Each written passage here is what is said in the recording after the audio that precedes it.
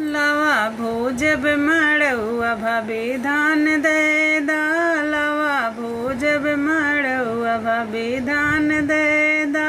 लवा भोजब मड़ुआ मटिया के चूल्हा पे लावा न फूटी है। मटिया के चूल्हा पे लावा न फूटी है। लावा न फूटी है हो लावा न फूटी है।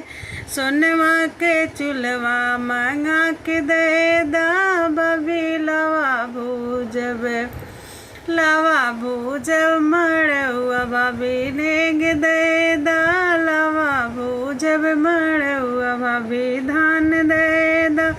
लवा भूजब मड़ुआ भाभी धान दे दा। लवा भूजब मड़ुआ भाभी नेग दे दा। लवा भूजब मड़ुआ भाभी कुंडल और झुमका हमें ना लेबे। कुंडल और झुमका हमें ना लेबे। हमें ना लेबे हो हमें ना लेबे। हमें ना लेबे हो हमें ना लेबे। सोने के सिकड़ी मंगा के दे दा। लवा भूजब मड़ुआ भाभी नेग दे दा। लवा भूजब मड़ुआ भाभी नेग दे दा।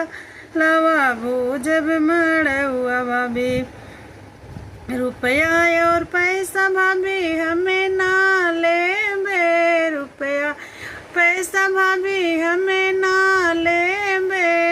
हमें ना लेबे भाभी हमें ना लेबे। रुपया और पैसा भाभी हमें ना लेबे। बिगहा दुई बिगहा खेत दे दा। लवा भूजब मड़ुआ भाभी नेग दे दा। लवा भूजब मड़ुआ भाभी धान दे दा। लवा भूजब मड़ुआ भाभी।